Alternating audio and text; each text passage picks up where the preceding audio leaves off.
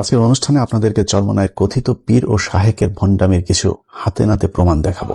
Saudi আরবের মতো রাষ্ট্র বাংলাদেশের মতো একজন আসামিকে রাষ্ট্রীয় মর্যাদা দান করবে তা চিন্তা করা যায় না। চরমনায় পীর সাহেব একবার সৌদি আরবের 5 স্টার একটি হোটেলে তাওয়াল চুরি করে ধরা পড়েছিলেন। সেই ঘটনায় তিনি গ্রেফতার হয়ে জেলেও গিয়েছিলেন। যেদিনকে আমার জেলের বয়স 41 দিন আমাকে পুরা রিসিভ দিয়া সৌদি সরকারের পুরা মন্ত্রণালয় রিসিভ দিয়া তারপর বের করে নিয়ে আসি।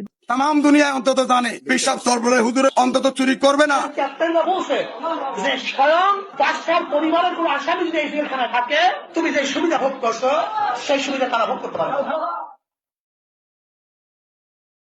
সমস্ত মানুষের অফিসারদের আমাকে দেখার সাথে সাথে মনে হয় যেন একটা মায়া মহাত্মার সৃষ্টি হয়েছে।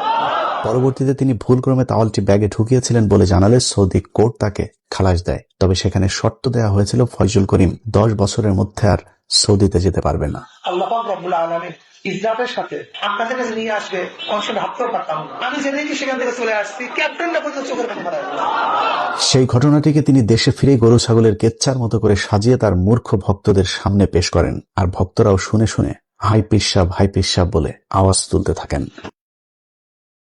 কি কাজ করবো? রমজান শুরু হওয়ার 9 দিনের মধ্যে 3 খতম দেওয়া হয়েছে।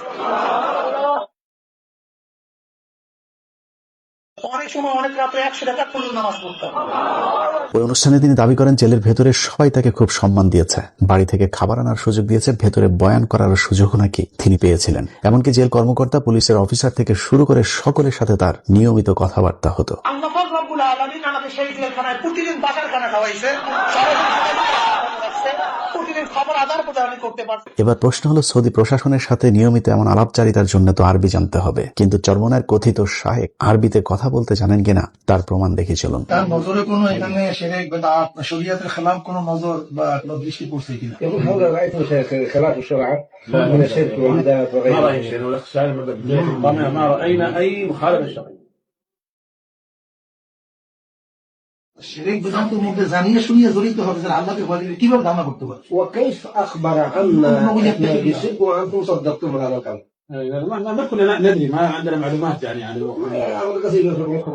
সম্প্রতি একটি ভিডিওতে দেখা যায় চরমনায় পেশ সাহেব একজন আরাবিয়ান লোকের সাথে দোভাষীর সাহায্যে কথা বলছেন। এমনকি খুব ছোট ছোট বাক্য তিনি দোভাষীর সাহায্য ছাড়া বলতে পারছিলেন না। আমরা তো প্রথম স্টেজ নিয়ে আসছি, কিন্তু দ্বিতীয় তৃতীয় স্টেজ নিয়ে তোমাদের আলোচনা খুবই কম হয়।